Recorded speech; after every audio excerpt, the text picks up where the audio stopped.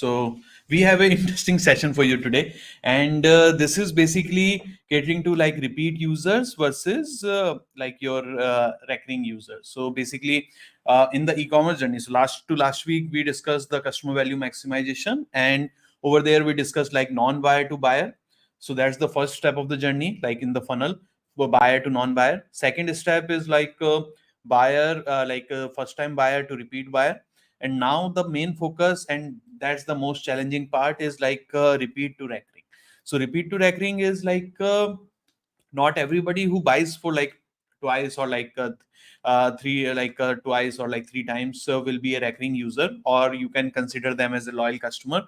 But there are steps which are important, which differentiate between that, like a recurring user versus live user. Because live user a repeat user is not like a recurring repeat user is not a recurring user, or you can't call it like loyal customer till the time he's like made or like she like that person has made 4 to 5 purchases. So that's the key difference. Now in this we will discuss like framework to convert your VIP customers. So how you bring your customers to the VIP level or VIP customer, how you make more VIP customers, what does it take to become a VIP customer, or like how you convert a regular buyer into a loyal customer. So that's the main challenge, and it's more to do with the there are multiple factors around that. So we'll get to that. Second is like email automations. So email automations and messaging. So what kind of email messaging and automation is going for that like a VIP audience. And third is like loyalty program and referral and community platform. So these are like 3 4 things, and some brands launch everything, some brands don't do anything in that. So there is a lot of confusion around that what should be launch, what should be the first, what should be the second, how to go about that.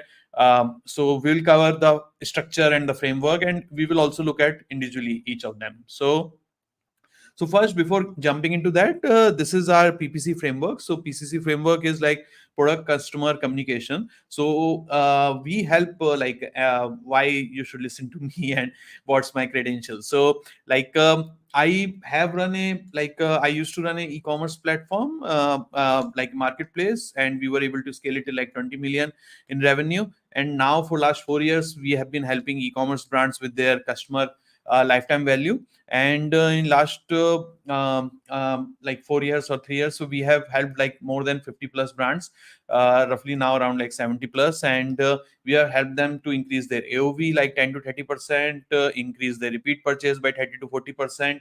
And we have helped them to increase their generate revenue from email and this thing. So it's like a complete. But in our experience, what's been the case, that the accounts which perform well, or what I realized after working with these many accounts, that it's mostly the the brands which have more than like just email tend to perform the best. Like either they have their bundles figured out, or they have their loyalty program or their loyalty subscription. Like it's more than just a transactional discount based email. So, or they have a very strong content game. So those kind of emails we were able to increase that like a customer lifetime value faster. So based on that, we created this framework. So we look at the product value maximization, which is like product price, framework, AOV, and everything. Then it comes down to like customer value maximization, which comes down to like non-buyer, which we discussed like 2 weeks ago. Then one-time buyer to repeat buyer. Then recurring is today, and then we have lapsed buyer plans. So these are like 4 plans what the brand is planning to do about them. And then it comes down to communication, where you plug in all the channels. So the app can be a channel, like email can be a channel, like SMS, WhatsApp, direct mail. So all those channels can be plugged in that ecosystem. So that's the framework, that you look at the product separately, you look at the customer, and then you bridge everything into a communication channel. So that's the main part. Now coming to the customer value maximization. So this was like a non-buyer funnel. So non-buyer, which is purchase, welcome, landing, and everything around that. Then once someone has bought, then how we turn them into like a repeat. So it has like UGC, it got like cross sell, upsell, it got like subscribe to save, and rest of the things. Then there was like repeat, which is the agenda for today, which will include like a paid membership, loyalty program, referral, community building. And last is like surveys, like elapsed, which will include like surveys, winbacks, and paid marketing, like how we get lapsed customers back. So now jumping right into it, so if someone has already bought twice from you, so what more you want them to do? So that's the fundamental question, that I've already purchased twice. So it comes down to like two questions. One, is the product repeatable? Um, so that's the fundamental question in the terms, if customer doesn't need the product, then loyalty will not come. But still, in those cases also, the loyalty might come after 3 years or 4 years, but that's very tough to manage and record and monitor. So but still, that's also a loyalty, that customer has a good thing, like a bot had a good experience. So but that's the fundamental question, that they've already bought twice from you, so what more you want them to do? And we want three behavior, so one is like word of mouth, which is like advocacy. Second is like recurring purchase, so depending on the product, depending on the niche, depending on their requirement, but whenever they buy in the same product or same niche or same jobs to be done, they should look or come to our brand. And third is the active feedback. So these are the three things which we want to design the whole recurring ecosystem. And in that, the idea is to how we go about that, so that's the goal. We want some word of mouth advocacy, some recurring purchase, some active feedback. And from repeat, now before understanding or before getting into the tactics, from a customer perspective, like what's the loyalty even means, or what does the loyalty, what kind of loyalty exists in the customer or in the behavior. So there are like three spectrum, and this is from Deloitte, but most of the other agencies or like consultancies also have the same framework. So one is like transactional oriented. So transactional is just like a Amazon Prime kind of a thing, I would say, or like most of the brands where you are not worried that much about the branding side of things, you are not emotionally connected, but it does a good service, the price is best, the service is best, you're not emotionally invested, you're not this. It's a like a transactional, like a left brain function, like cognitively, it's a makes a good sense. It's a like positive scenario, and you value that product, so you go for that transactional oriented loyalty. Second is your like experience, or it can be called convenience, or it can be called your this behavioral, but mostly it's convenience or experience based. So this is mostly like a store on your way back from office, or so this is also what we call is implicit loyalty versus explicit loyalty. So implicit loyalty is that I am implicitly saying that I am loyal. Explicitly loyalty is that I am not loyal, I am not emotionally connected, but my behavior looks like a loyal customer because of the convenience. So that happens mostly because of the convenience, that like your like a corner shop, or like your mom and pop store, or like nearby store, where you are just going there for the convenience.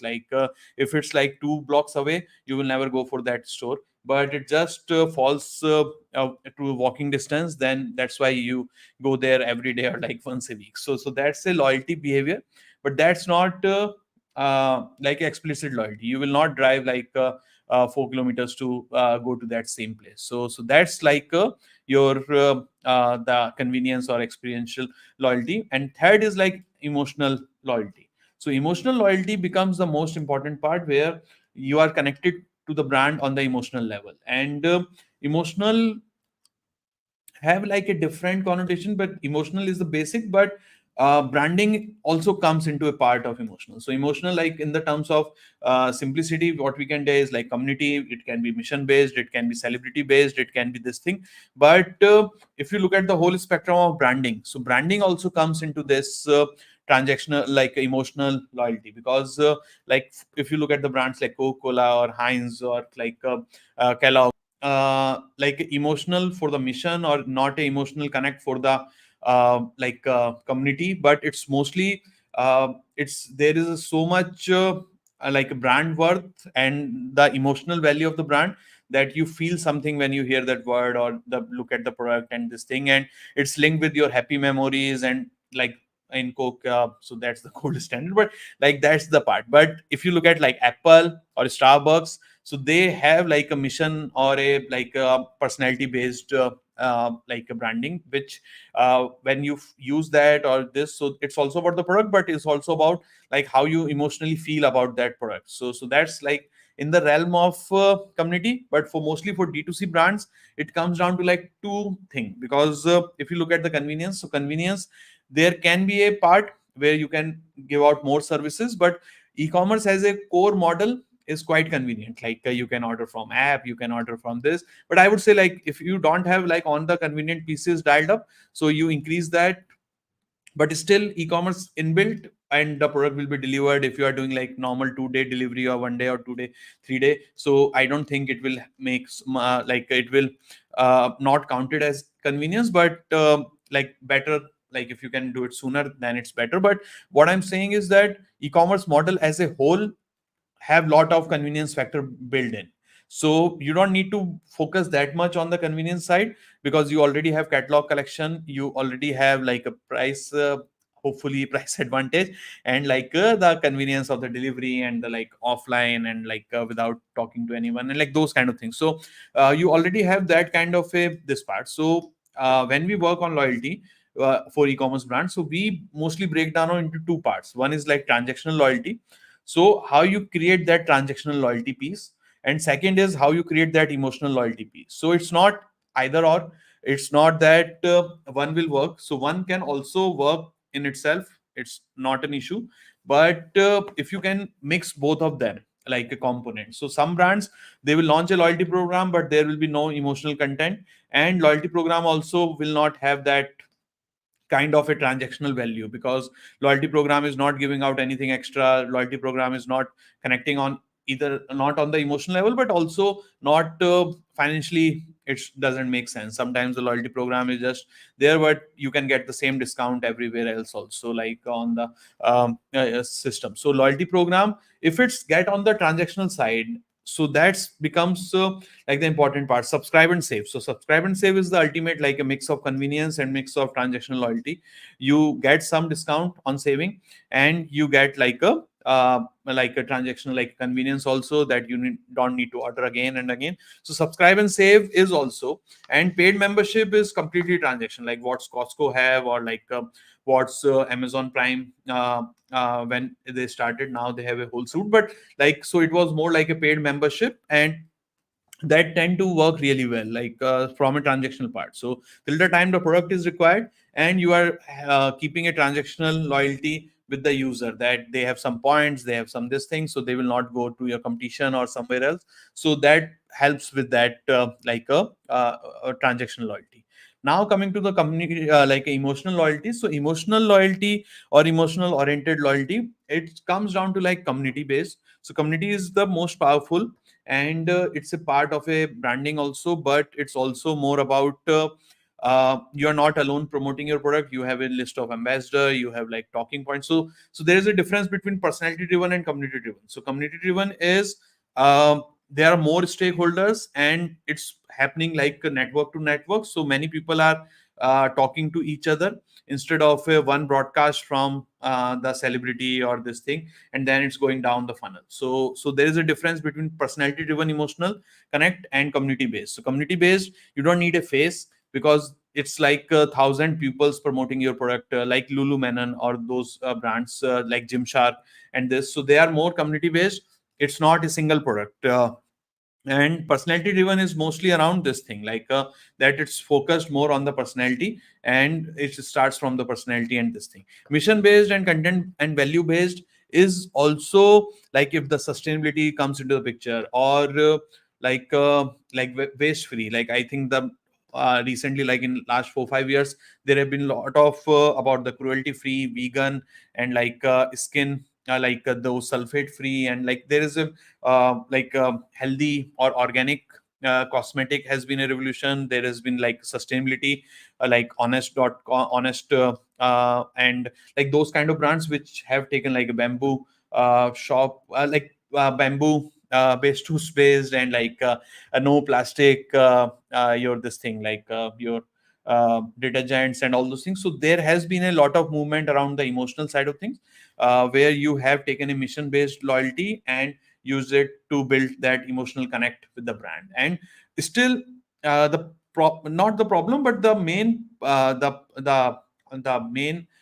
point which needs to be remembered is that you need a mix of both. So if you are like have very good like gold standard on sustainability, but your product is not like it's twice the cost or compared to alternatives, so people will not go for that. So you need to provide value and transactional loyalty with emotional loyalty as well. So there was some survey which said like people are ready to pay 5% more for a emotional based cost, but they will not go beyond that. So in if you say like we are carbon free or carbon neutral, so the people will pay like 5% extra for that kind of product or experience, or like if you say like eco-friendly or waste free, but it will not be more than that. So in that sense, community based mission and content based also comes into the picture. So these are like broadly the structure of how you work on e-commerce loyalty. And because each subject in itself is a quite a lengthy one, so we'll go into first is the communication side. So that's a brief communication which will give you a brief framework about that, how you handle it on the email and automation side of things. Then what we can go is like deep into one by one, so we will look at every strategy discussed over here. So start from the repeat buyer like communication part. So communication is like, again, it goes into like three parts. One is segmented, one is dedicated, and automations. So automations, there are like a VIP automations which is mostly targeted if someone has bought like more than three times, or like they buy for more than a ticket size. Then you go for that VIP automation. Or there is like a what feature available, like from the list, what kind of functionality you offer depending on the subscribe and save and paid membership or loyalty. So whatever you have, so there are like multiple automations which can be done, and we will get to that. And second is that over here there is like the same needs to be communicated to the VIP audience. And for the segmented, it's mostly with the loyalty program that people give their points, but they don't push users to use those points. So that's where the like segmented campaigns around loyalty points, segmented campaigns around like new arrivals and amount like referral comes into the picture. Similarly, like placements of variations, or like where you place those segmented campaigns, like a messaging in the mix. So those comes into that this part. I can go deep into that, but we have discussed this already multiple times in the past. So let me know in the comments if you need something around the segmented campaigns. But mostly the idea is that for your VIP audiences, you go for like early. So early bird, early, even it's a early sale launch, or it's a like new arrival. So those becomes a main part, like a collection launch or early sale launch. Second is your upsell bundle and like upsell and bundle campaigns, because these, I have been a loyal customer, so typically they will go for a high ticket size and they will like spend more on the brand. And there have been like multiple studies where with each subsequent purchase, the customer keep on increasing their average order value. So for VIP customers, it's very important to push like your bundles and upsell. And there is always like a referral and like a free gift campaigns. And you can set it up on the alerts as well. So that's like a broad framework for the repeat buyers in the terms of communication. Now based on the transactional side, so transactional, what we had was subscription. So we'll start with the subscription. So there are like three subscription models. We already did a webinar on that, so like 2 months ago. But subscription model, there are three broadly subscription models, and brand can adopt all of them. But from loyalty perspective, like the first one and third one works. So one is like subscribe and save, which is more like auto ship or replenishment. And this makes sense if your product has like 3 months or less buying cycle, or like a discount is available for more regular purchases of the same product itself, like a pet food or like grocery items, food and beverages, cosmetics, supplements. They all are good target or like a good audience for your subscribe and save kind of a subscription model. Second is your SS and like paid membership subscription model. So where this makes sense if you have a large selection, or if you have like a 3 months or less buying cycle, and discount is available. Like this is the Costco model, Amazon Prime model, and this where it's more to do with the across the board across all the products. And then you charge something for the membership of that this. And the membership amount does not matter, because it's never about the amount. It's mostly about that if someone has already have a membership, then they will most likely to come back and buy from the same store itself. So that's the whole idea in that. Now going into subscribe and save. So what we have is like how we structure this. So there is a like incentive part, then enrollment, then win back, and then like a lapsed audience,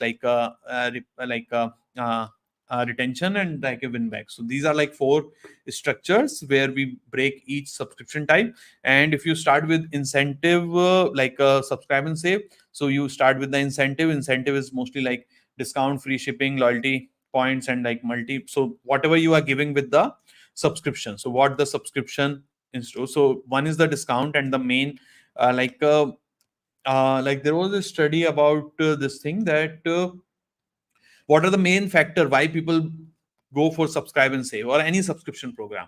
So there were like only 2 points which were like mostly most of the people picked. One was like convenience, and second was like a price, and third was like experience, which is more for curated boxes, but it was mostly for those products where it was curated, where it was more like a experience or like finding new things. But for subscribe and save, the number one reason came out to be discount, that people go for convenience because they don't need to like keep remembering or this thing. But it's also about the mainly about the discount, so that was neck to neck, like in the terms of why you subscribe to anything. So one was convenience and second was price, because they were getting a good deal on subscription, and they will eventually need the product, so they put it on subscribe and save. So you look at this, then there is a how you enroll user on your subscribe and save. So then there is a on page, on website, like a cart page, checkout page, success page. So there should be like a nudge along the journey. Then in the regular email automations, like if someone bought for the first time, so then there can be like a replenishment automation. If there is someone you are pushing a cross sell, then there can be like a replenishment or like a subscribe and save deal, that if you subscribe and save, you can get like 5% off or something like that. And last is like subscription abandon cart, which is mostly on the cart. If someone abandons, so then you try to push that.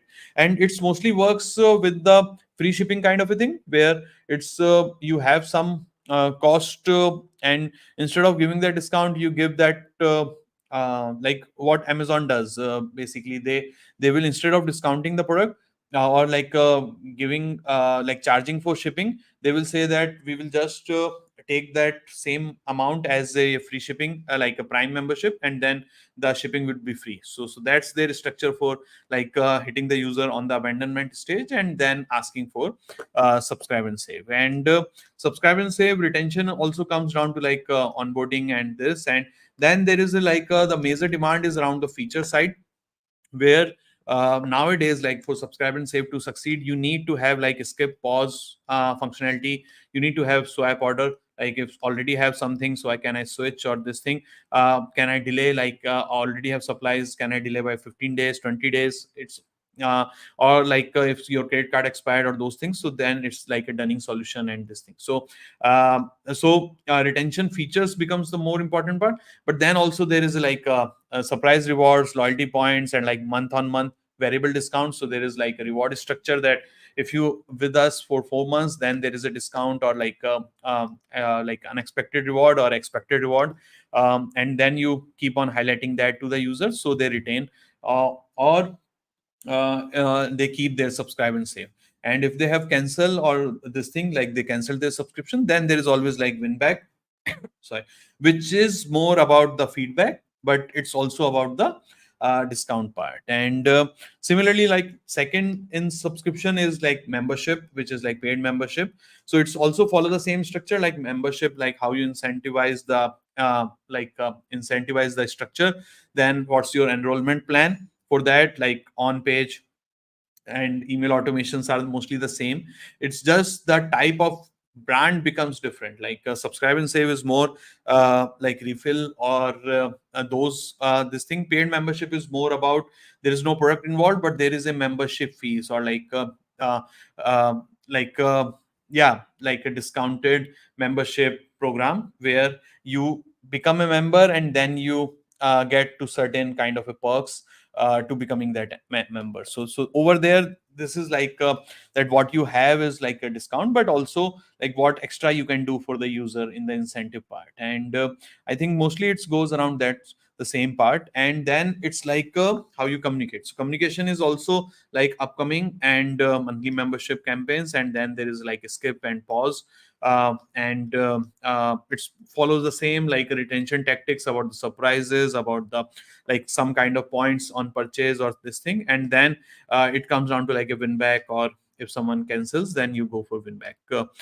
this thing like automations. So now coming down to loyalty program.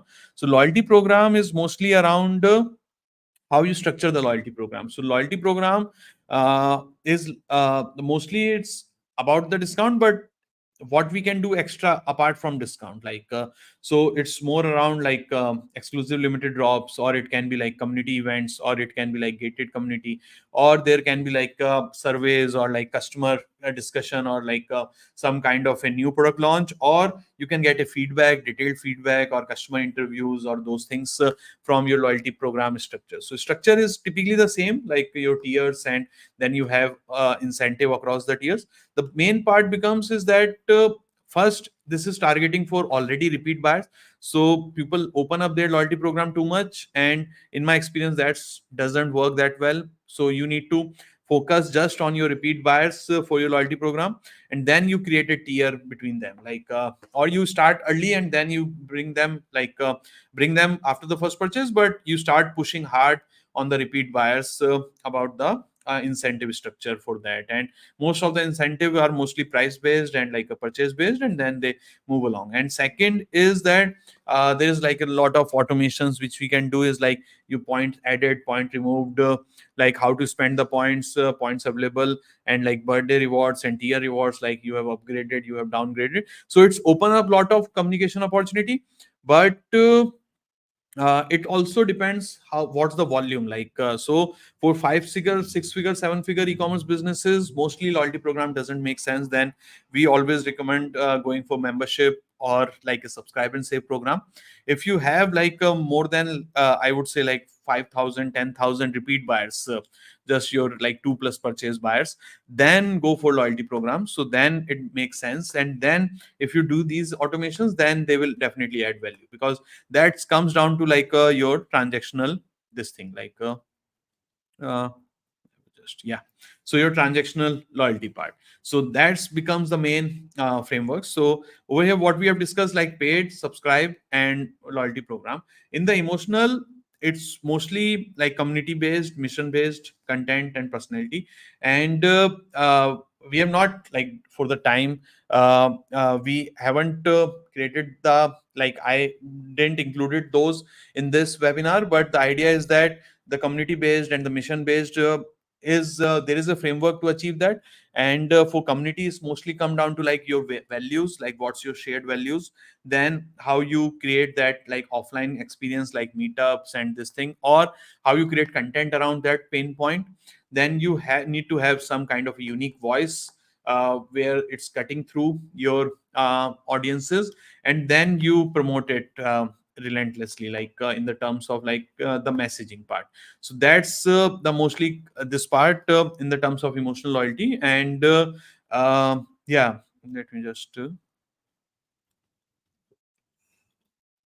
yeah, so mostly emotional loyalty we recommend mostly community based, but it can be like cost based and personality driven based. So those are like three this part. And now if you are looking help with your customer retention, so we have a really nice offer where we commit to like increase your customer retention, like customer lifetime value by up to 30% in like 30 to 45 days. And you can go to RetainUP to start and like book a call, and we can look into your account to start helping. And it's a 6 week sprint where we help brands to fix their pricing part, the product side of things, the customer side of things, and their communication side of things. So these are the things, and these are some brands we have worked with. And yeah, so thank you for watching, and let me know any questions in the comment, and I will be happy to reply and help with them. So thank you.